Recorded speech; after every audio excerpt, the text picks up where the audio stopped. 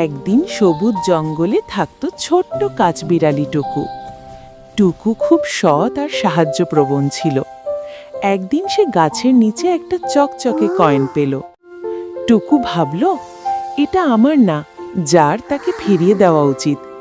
কিছু দূরে সে দেখল খরগোশটা কাঁদছে। টুকু জিজ্ঞেস করল, তুমি কাঁদছো কেন বন্ধু? Oh, little one, why the খরগোশ বলল, tears? I'm আমি here আমার for you, কয়েনটা friend. হারিয়ে ফেলেছি। টুকু সঙ্গে সঙ্গে কয়েনটা বের করে বলল, এইটা কি তোমার? খরগোশ খুব খুশি হয়ে বলল, হ্যাঁ, ধন্যবাদ you. টুকু।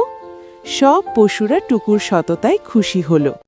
জঙ্গলের বয়স্ক হাতি বলল, সততা সবসময় সবচেয়ে বড় গুণ। টুকু My হাসল dear আর friends, বলল, always remember ভালো that কাজ kindness and করলে sharing make মনটা the forest খুব a better ভালো place for থাকে। everyone.